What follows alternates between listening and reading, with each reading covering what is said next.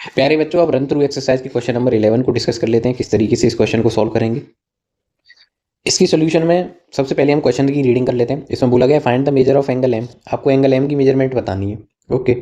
और आपको साथ के साथ ही एंगल जे की भी वैल्यू बतानी है, तो आप इसे भी मार्क कर देंगे। इस एंगल एम को मैंने एक्स से मार्क किया है, एंगल जे को मैंने वाई से मार्क किया है। मुझे इन दोनों एंगलों की वैल्यू फाइंड करनी है।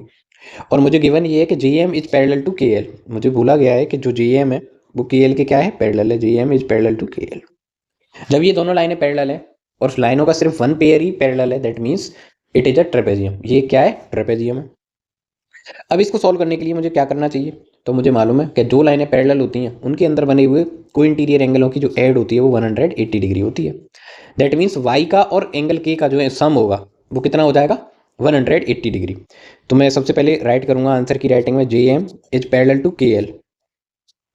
ये दोनों लाइनें एक दूसरे के पैरेलल है, that means angle J plus angle के, इन दोनों एंगलों की जो ऐड होगी वो कितनी हो जाएगी, 180 डिग्री। और इसके पीछे जो लॉजिक है वो है को इंटीरियर एंगल्स। क्या है, को इंटीरियर एंगल्स। अब एंगल जे की जगह पर मैं रिप्लेस करूंगा वाई वेरिएबल, वेयर एज के की जगह पर मैं रिप्लेस करूंगा 90 डिग्री।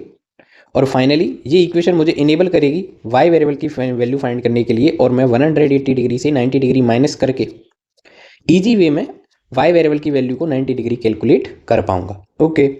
अब वाई वेरिएबल का वैल्यू तो ऑब्टेन हो गया, अब मुझे वैल्यू ऑब्टेन करना है एक्स वेरिएबल का। अब मुझे फिर से वही लॉजिक लगाना होगा जो मैंने पहले लगाया। एम और एल दोनों पैरेलल लाइंस के बीच में बने हुए एंगल हैं, देयरफॉर उनका जो सम होगा वो कितना होगा, 180 डिग्री। लॉजिक पहले जैसा ही है, को इंटीरियर एंगल।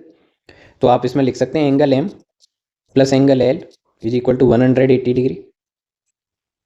और लॉजिक पहले वाला ही है, को इंटीरियर एंगल्स।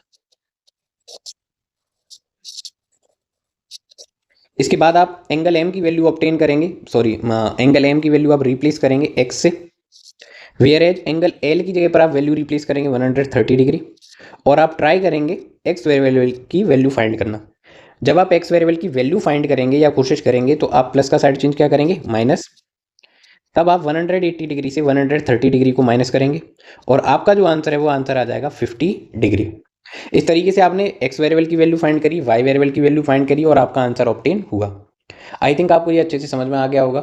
अगर आपको ये वीडियो से सीखने, समझने, पढ़ने में मदद मिली है तो आप इसे अपने दोस्तों के साथ जरूर शेयर करें। Thank you.